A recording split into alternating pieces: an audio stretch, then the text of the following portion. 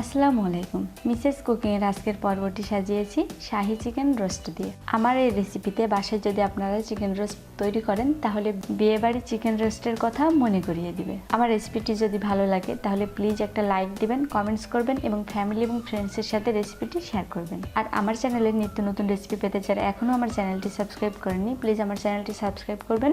আর যারা already subscribe করেছেন তাদেরকে অসংখ্য ধন্যবাদ। আমি চিকেন রোস্টের জন্য এখানে 4 পিস চিকেন নিয়েছি। আমি চিকেনের লেগ পিস নিয়েছি আর চিকেনটা কেটে ধুয়ে খুব ভালোভাবে পানি ঝরিয়ে নিয়েছি। রান্নার সময় চিকেনটা একটু লম্বা হয়ে যায়, সেজন্য চিকেনের লেগে যে একটা রগ আছে সেটা আমি হালকাভাবে কেটে নিয়েছি। এখন এর মধ্যে দিয়ে দিচ্ছি 1/4 চা চামচ লবণ। লবণটা খুব বেশি পরিমাণে দেওয়ার দরকার নেই। আর দিচ্ছি 1 টেবিল চামচ লেবুর রস। লবণ এবং লেবুর রস দিয়ে চিকেনটা আমি খুব ভালোভাবে মাখিয়ে 10 মিনিটের জন্য রেস্টে রেখে দিচ্ছি। এই সময় কিন্তু খুব বেশি রেস্টে রাখবেন না, এতে করে চিকেনের ভিতরে জুসিনেসটা থাকবে না। চিকেন রোস্টের জন্য আমি একটা মশলার পেস্ট তৈরি করে নিয়েছি। এর জন্য আমি এখানে 3 টেবিল চামচ টক দই নিয়ে নিলাম। টক দইটা আমি পানি ঝরিয়ে নিইনি। আর এর মধ্যে দিয়ে দিচ্ছি 3 টেবিল চামচ পেঁয়াজ বাটা। আর দিচ্ছি 1/3 কাপ কাজু বাদাম এবং কিশমিশ বাটা। আমি এখানে 10-12টির মতো কিশমিশ নিয়েছি আর বাকিটা কাজু বাদাম। দিচ্ছি 1 টেবিল চামচ আদা রসুন বাটা। আর এখন আমি এর মধ্যে কিছু গুঁড়া মশলা দিয়ে দিচ্ছি, তবে আপনারা চাইলে গুঁড়া মশলাগুলো বেটেও ব্যবহার করতে পারেন। 1 টেবিল চামচ জিরা গুঁড়া, 1 চা চামচ ধনিয়া গুঁড়া,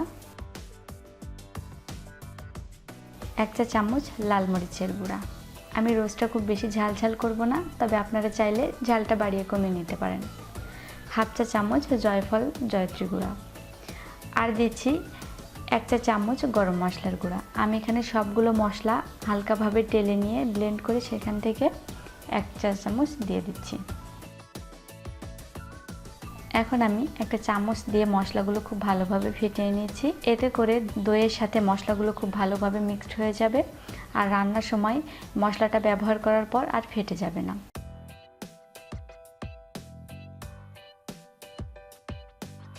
আর দিচ্ছি 1 চা চামচ কাঁচামরিচ বাটা।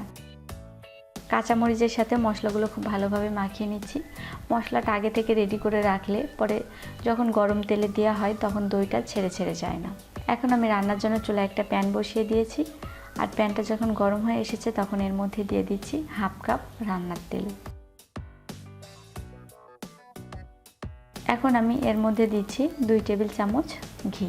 আমি এই তেলের মধ্যে পেঁয়াজ বেরেস্তা করে নেব, সেই জন্য ঘিটা আগে থেকেই দিয়ে দিয়েছি। এতে করে পেঁয়াজ বেরেস্তার ভিতরেও ঘিয়ের একটা ফ্লেভার ঢুকে যাবে। পেঁয়াজগুলো আমি গোল্ডেন ব্রাউন করে হাই হিটে ভেজে নিচ্ছি। আমি সবসময় পেঁয়াজ বেরেস্তা হাই হিটেই করে নিই। যখন পেঁয়াজ বেরেস্তা এই পর্যায়ে চলে আসে, হালকা গোল্ডেন হয়ে যায়, তখন আমি চুলার আঁচটা মিডিয়াম টু লোতে করে দিই।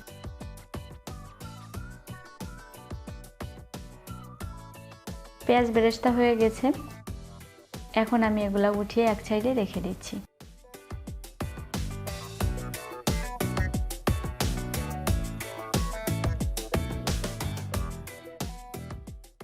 আমি ওই একই প্যানে চুলার আঁচ মিডিয়ামে রেখে চিকেনগুলো ভেজে নিচ্ছি।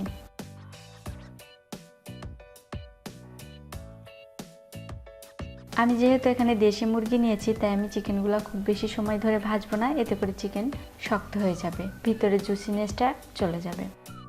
আমি চিকেনগুলো হালকা গোল্ডেন করে ভেজে নেব।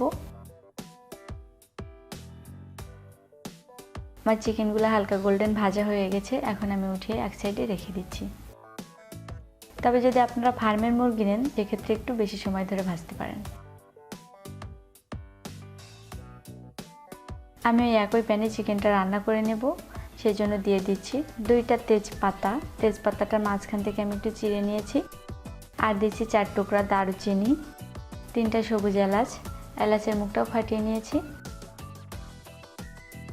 আমি হালকা একটু ফোড়ন তুলে এর মধ্যে দিয়ে দিচ্ছি আগে থেকে রেডি করে রাখা মশলার পেস্ট।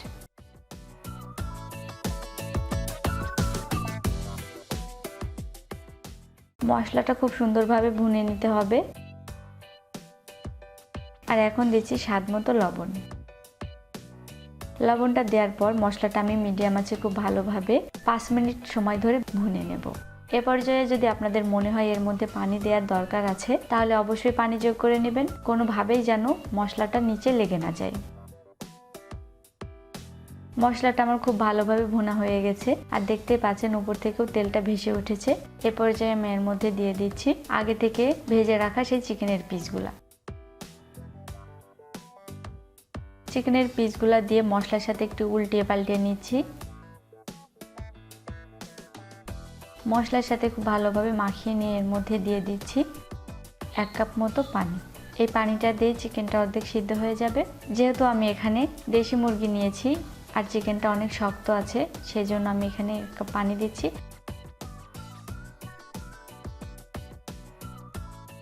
আমি এখন এটা ঢাকনা দিয়ে ঢেকে মিডিয়াম আঁচে রান্না করে নিচ্ছি পানিটা পুরোপুরি টেনে আসা পর্যন্ত। আমি একটু পর ঢাকনাটা উঠিয়ে নিয়ে চিকেনগুলো একটু উল্টিয়ে দিচ্ছি। মাঝে মাঝে চিকেনগুলো উল্টিয়ে পাল্টিয়ে নেড়ে দিতে হবে পানি শুকিয়ে আসা পর্যন্ত, তা না হলে নিচে লেগে যেতে পারে।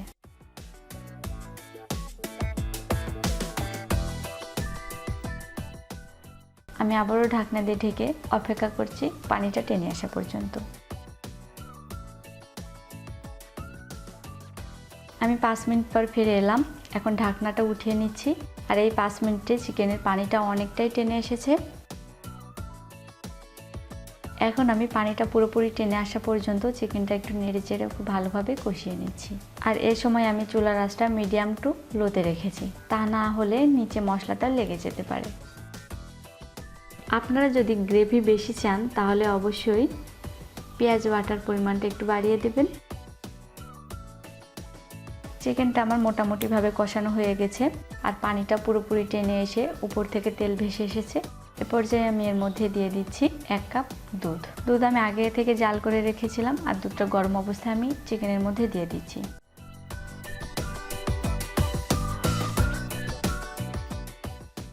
এখন আমি চিকেনের উপর দিয়ে 1/3 কাপ পেঁয়াজ বেরেস্তা দিয়ে দিচ্ছি।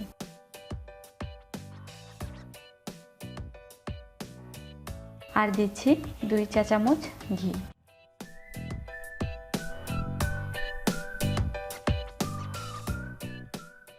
আর দিচ্ছি 1 টেবিল চামচ কেওড়া জল। অবশ্যই চেষ্টা করবেন কেওড়া জলটা নিতে। চিকেনের ভিতর পেঁয়াজ বেরেস্তা, ঘি আর কেওড়া জলটা দিলে বিয়েবাড়ি যে একটা শাহি ফ্লেভার পাওয়া যায়, সেই ফ্লেভারটা চিকেনের সাথে যোগ হয়ে যায় আর এতে করে খাওয়ার সময় বিয়েবাড়ির যে চিকেনের স্বাদটাই আপনার চলে আসে। আমি চিকেনগুলো একটু নেড়ে চেড়ে নিয়ে এটা ঢাকনা দিয়ে ঢেকে রান্না করে নিচ্ছি চিকেনটা পুরোপুরি সিদ্ধ হওয়া পর্যন্ত। আর এই সময় চুলার আঁচটা মিডিয়ামে রেখেছি। আমি এখন ঢাকনাটা উঠিয়ে নিচ্ছি আর এর মধ্যে দিয়ে দিচ্ছি 3টা কাঁচামরিচ। কাঁচামরিচের মুখটা আমি একটু কেটে দিয়েছি, এতে করে চিকেনের ভিতর খুব ভালোভাবে কাঁচামরিচের ফ্লেভারটা ঢুকে যাবে। আর দিচ্ছি 1/2 চা চামচ চিনি।